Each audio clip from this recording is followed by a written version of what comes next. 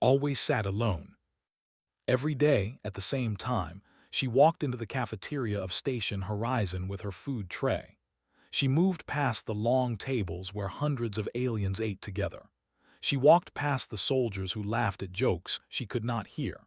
She walked past the traders who counted their credits between bites of purple fruit. She walked past everyone until she reached the corner table at the very back of the room. The corner table had 8 seats. 7 of them were always empty. Sat in the 8th seat, she ate her food in silence. She looked at no one. No one looked at her. This was her life aboard Station Horizon. This had been her life for 3 years. She was. That single word explained everything. It explained the empty seats. It explained the silence. It explained why other species turned their heads away when she passed them in the halls.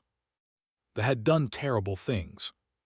Not her parents, not even her grandparents. The crimes happened 4 generations ago during the Great Expansion War.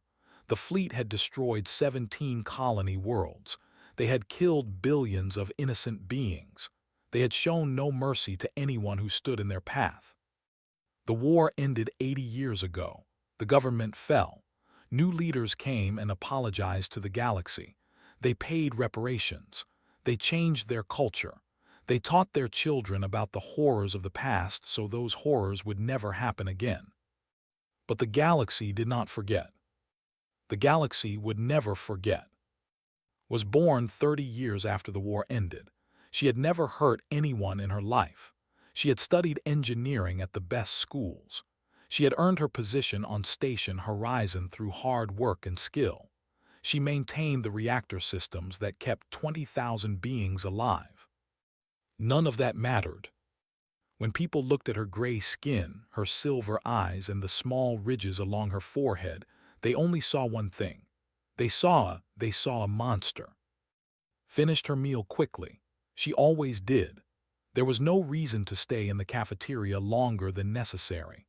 The silence around her felt heavy, like a weight pressing down on her shoulders. She could hear the conversations at other tables, the sounds of friendship and connection, but those sounds were not for her. She picked up her tray and carried it to the recycling station. A female was standing there, putting her own tray away. When she saw approaching, she quickly stepped back. Her face showed fear and disgust. Said nothing. She put her tray in the machine and walked away. This happened every day. It happened so often that it stopped feeling hurt by it. The pain had transformed into something else over the years. It had become numbness, a cold, empty feeling in her chest that never went away. She returned to her engineering station in the lower levels of the station. The reactor room was hot and loud. Machines hummed all around her. Warning lights blinked on control panels. It was not a comfortable place to work, but preferred it here. Machines did not judge her. Machines did not look at her with hatred in their eyes.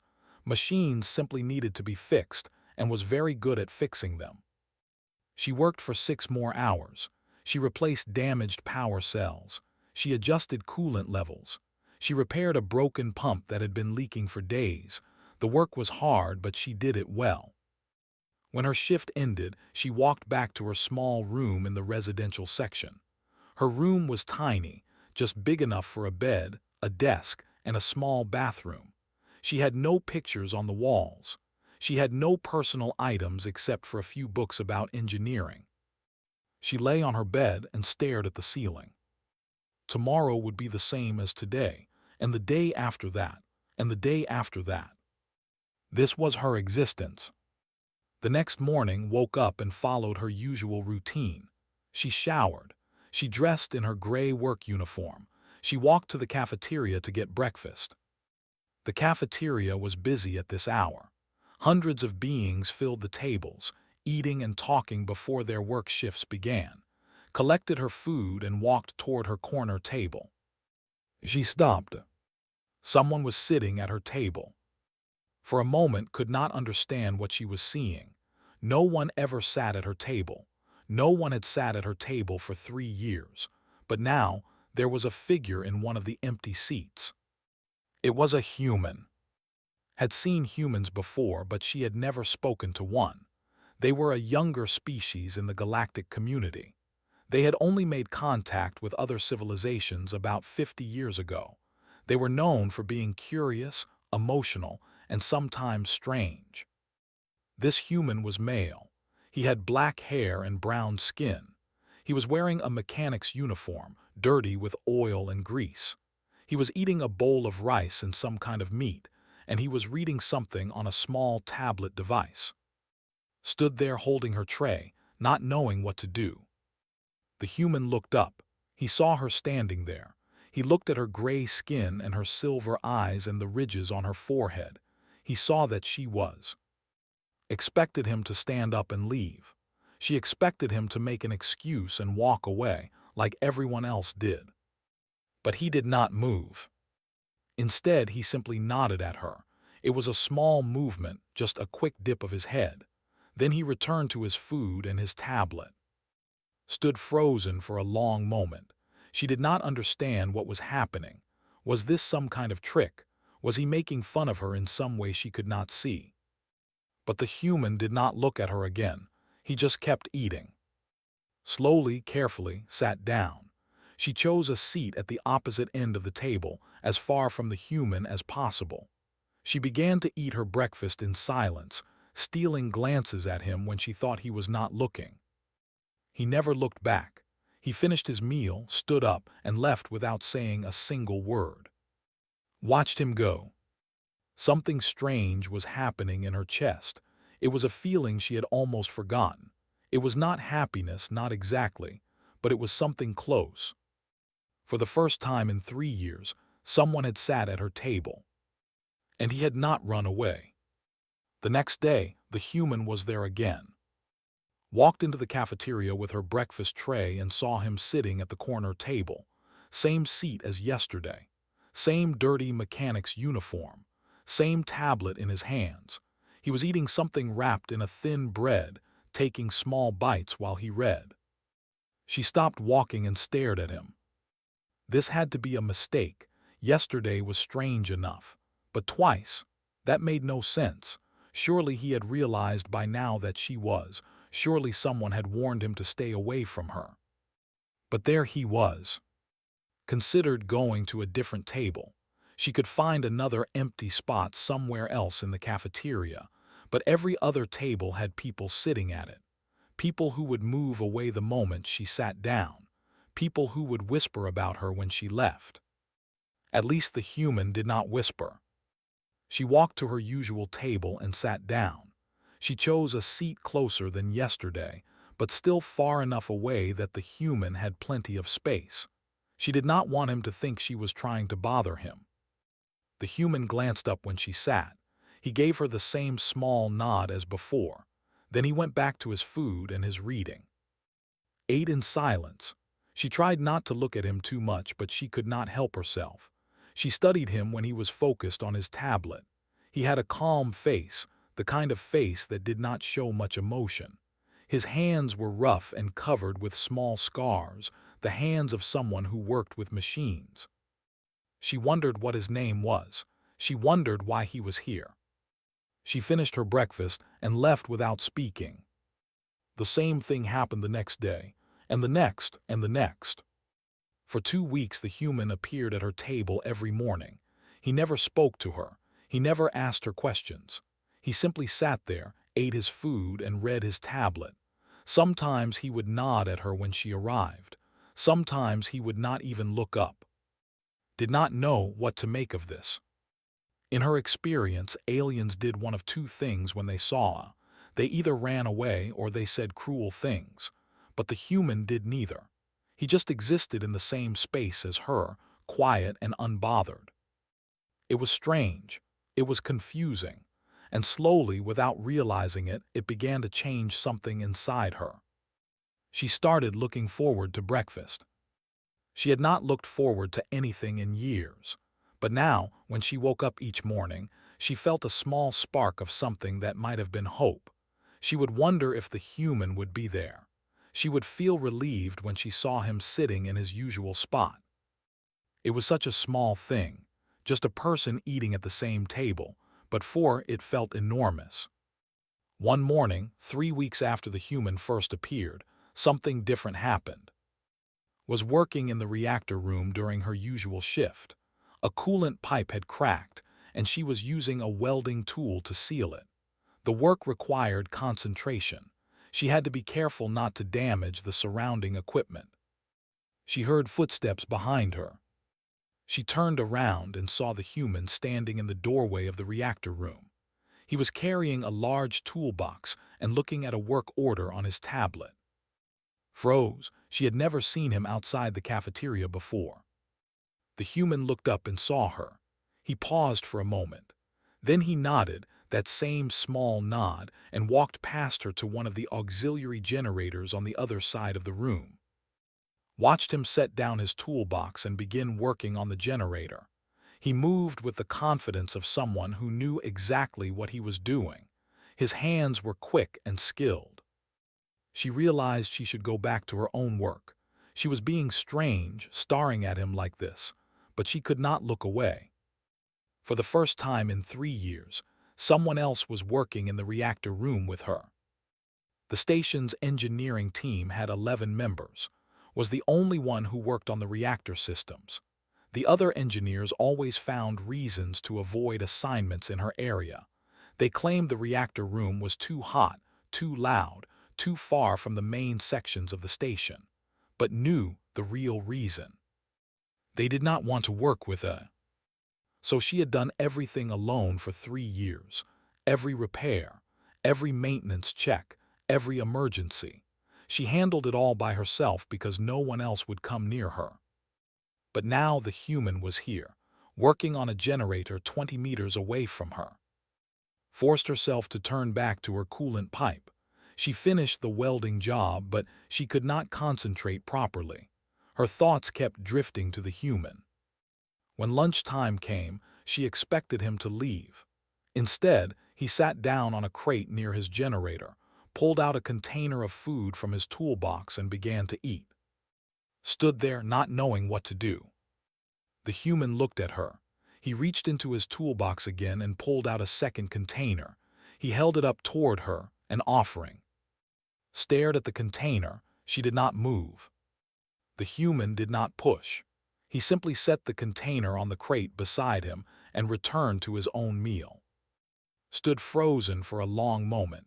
Every instinct told her that this was dangerous. Kindness always had a price. That was what she had learned from her years alone. People only pretended to be nice when they wanted something from you.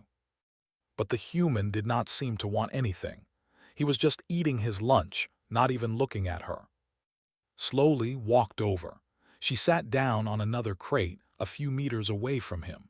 She picked up the container he had offered and opened it. Inside was rice and vegetables and some kind of cooked egg.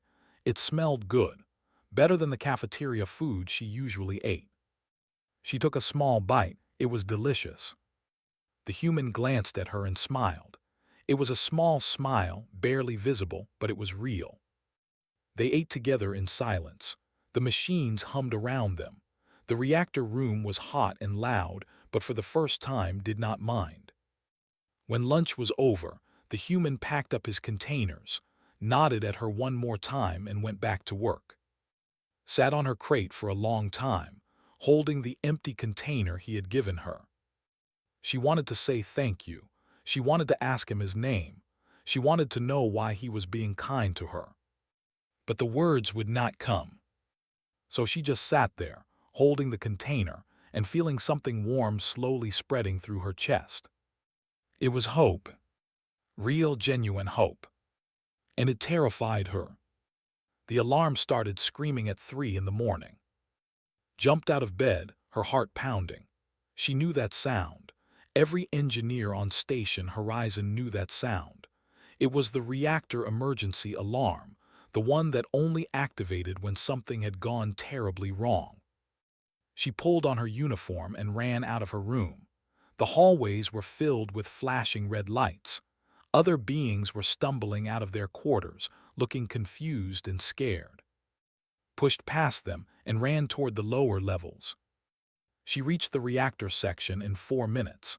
The main door was sealed, locked down by the emergency protocols. A group of engineers and security officers were standing outside, talking quickly into their communication devices. Recognized the lead engineer, unnamed. He was shouting orders at the others, his 4 arms waving in different directions. She approached him. What happened? Turned and saw her. His expression immediately changed to one of disgust. A coolant system failure. The main reactor chamber is flooding with radiation. We have sealed the section. Looked at the sealed door. Is anyone inside? 2 maintenance workers were doing overnight repairs. They are trapped in the secondary cooling station. His blood went cold. We need to get them out. Shook his head. The radiation levels are too high. Anyone who goes in there will be dead within 15 minutes. We have called for a specialized rescue team from the central hub, but they will not arrive for at least 6 hours. The workers cannot survive 6 hours in there, said. Then they will die, said coldly. I will not send more people to their deaths. Stared at him. She wanted to argue, but she knew he was right about the radiation. The levels inside that chamber would kill anyone who entered without proper protection. Who are the trapped workers? She asked. Checked his tablet. A security guard named and a human mechanic. His name is, he paused, the human's name is. The world seemed to stop.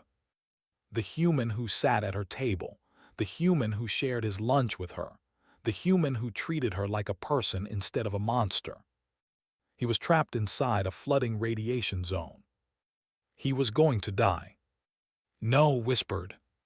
She looked at the sealed door. She looked at and the other engineers. None of them were moving.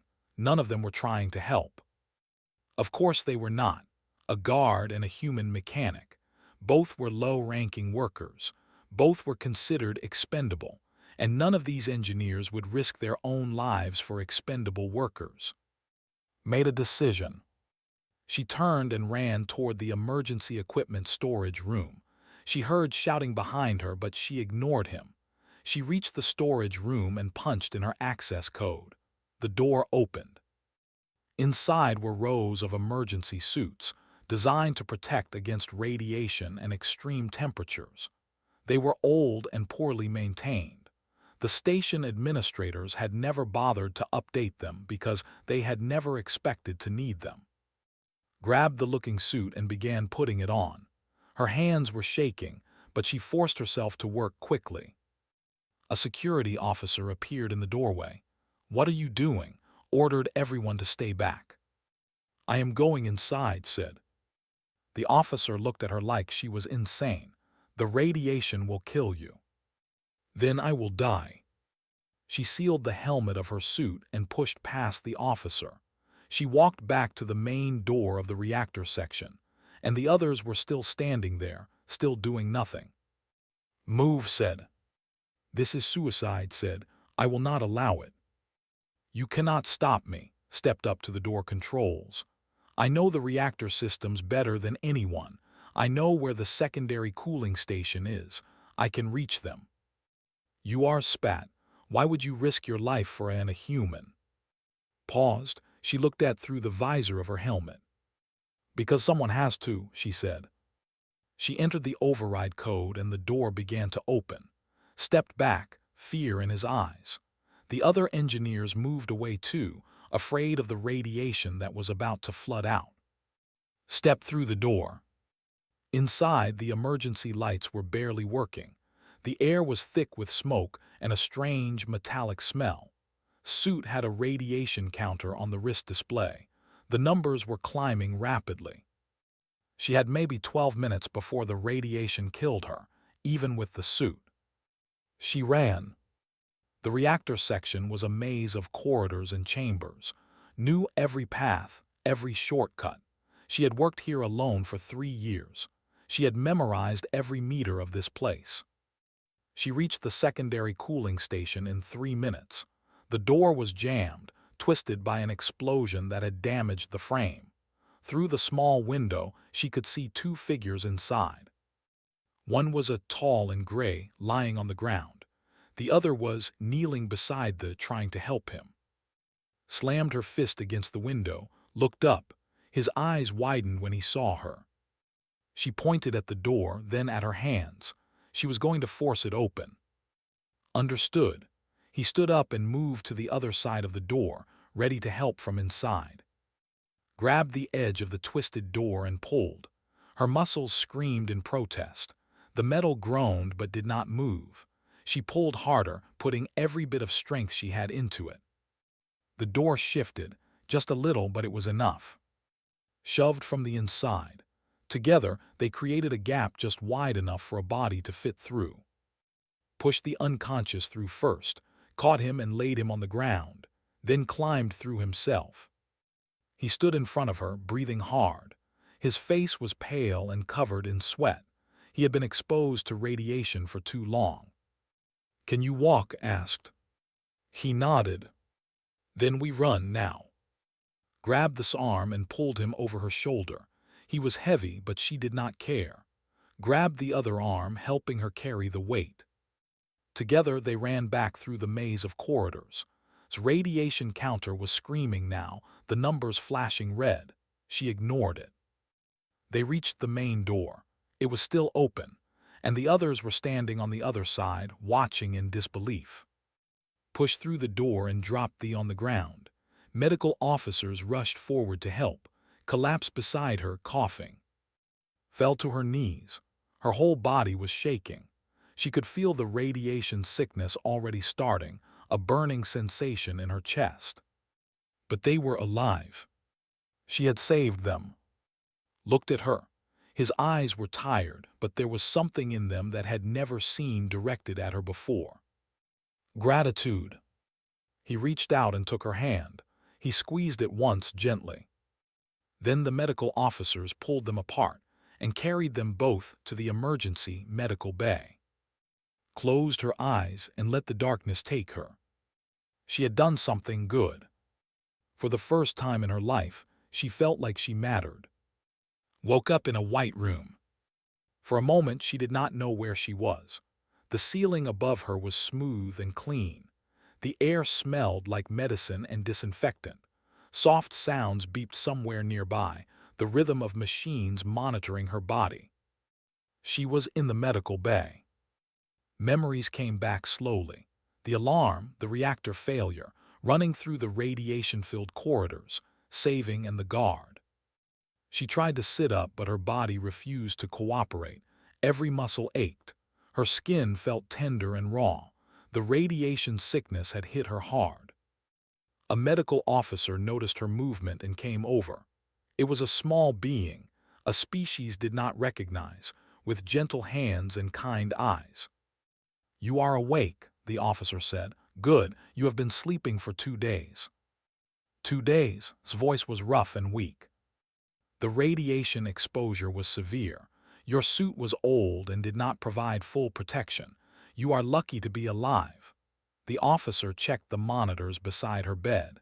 "We have treated the worst of the damage, but you will need several weeks to fully recover."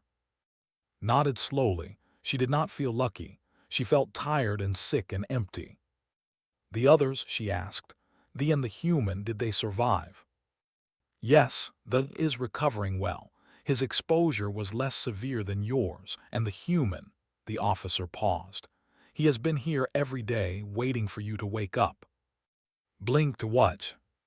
The officer gestured toward the corner of the room, turned her head and saw a chair against the wall. In the chair sat. He was sleeping, his head tilted to one side, his arms crossed over his chest. He looked exhausted, with dark circles under his eyes and stubble on his chin. He was still wearing his mechanic's uniform, wrinkled and dirty. He had been here for 2 days, waiting for her. Did not understand. Why would he do that? Why would anyone do that for her? The medical officer smiled softly. He refused to leave. We tried to send him back to his quarters to rest, but he always came back. He said he needed to be here when you woke up. Stared at the sleeping human. Something tight was forming in her chest, an emotion she could not name. The officer left to attend to other patients. lay in her bed, watching sleep. She watched the slow rise and fall of his chest. She watched the way his fingers twitched slightly, like he was working on machines in his dreams. She did not know how long she lay there watching him, but eventually he stirred. His eyes opened, blinking in the soft light of the medical bay. He looked around, confused for a moment. Then he saw her. He saw that she was awake. He sat up straight, his eyes widening. It was the first time she had heard him say her name. His voice was deeper than she had expected, warm and rough at the edges. "How do you know my name?" she asked. "I asked the station records," he said. "After you saved my life, I wanted to know the name of the person who did that." He stood up and walked over to her bed. He moved slowly, like he was afraid of startling her. "How are you feeling?" "Terrible," admitted. A small smile crossed his face. "That is expected. The doctors said you received the highest radiation dose of all of us. They said your suit was almost 20 years old. It was the only one available. You could have died." "I know." Was quiet for a moment. He pulled the chair closer to her bed and sat down. For a long time he just looked at her, his expression unreadable. "Why?" he finally asked. Frowned. "Why what?" "Why did you come for us? Told everyone to stay back. He said it was too dangerous, but you came anyway." His eyes searched her face. "Why would you risk your life for people you barely know?" Did not know how to answer. The truth was complicated. The truth involved years of loneliness, years of being treated like a monster, years of feeling worthless and invisible. And then this human had appeared. He had sat at her table. He had shared his food. He had treated her like she mattered. She could not let him die. "Because someone had to," she said, repeating the words she had said too. Shook his head. "That is not an answer. No one else volunteered. No one else even tried. Only you." He leaned forward. "Why you?" Looked at him.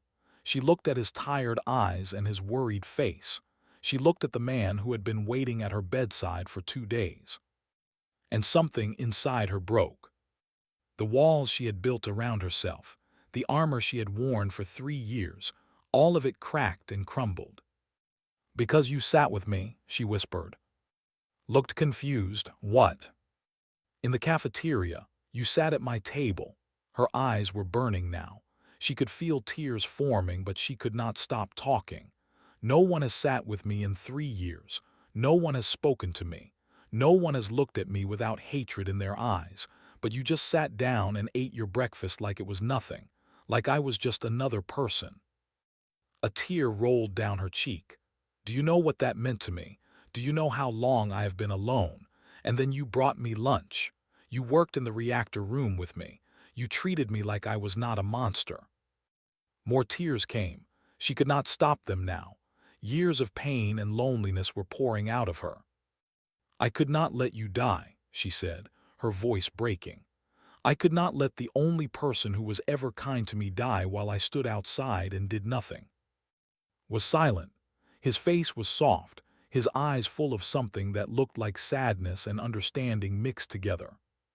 Then he reached out and took her hand. His fingers were warm and rough from years of mechanical work.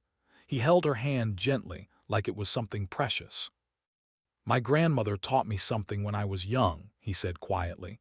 "She said that lonely people do not need words. They do not need advice or explanations. They just need someone to sit with them, someone to be there." He squeezed her hand. "I saw you sitting alone every day. I saw the way people avoided you. And I thought, this person needs someone to sit with her." Was crying openly now. The tears streamed down her face and she did not try to hide them. "I did not know anything about history," continued. "I had to look it up after I learned your species name. And when I read about what happened, about the war, I understood why people treated you the way they did." He paused. "But I also understood that you were not responsible for things that happened before you were born. You are just a person who deserves to have someone sit beside her." Could not speak. She just held his hand and cried, letting out years of pain that she had kept locked inside. stayed with her the whole time. He did not say anything else. He did not try to comfort her with empty words. He just sat beside her and held her hand. And for the first time in 3 years, did not feel alone. 6 weeks passed. Sat in the cafeteria at her corner table, eating breakfast. The food was the same as always, simple and bland, but somehow it tasted better now. Sat across from her. He was talking about a problem with one of the station's water recyclers, explaining how he had fixed it using parts from an old navigation computer. His hands moved as he talked, drawing invisible diagrams in the air. His eyes were bright with enthusiasm. Listened and nodded at the right moments. She did not understand all the technical details. Water recyclers were not her specialty, but she liked listening to him talk. She liked the sound of his voice. And then, continued, the chief engineer told me I was not allowed to use navigation parts for water systems. Can you believe that? As if the parts care what system they are in.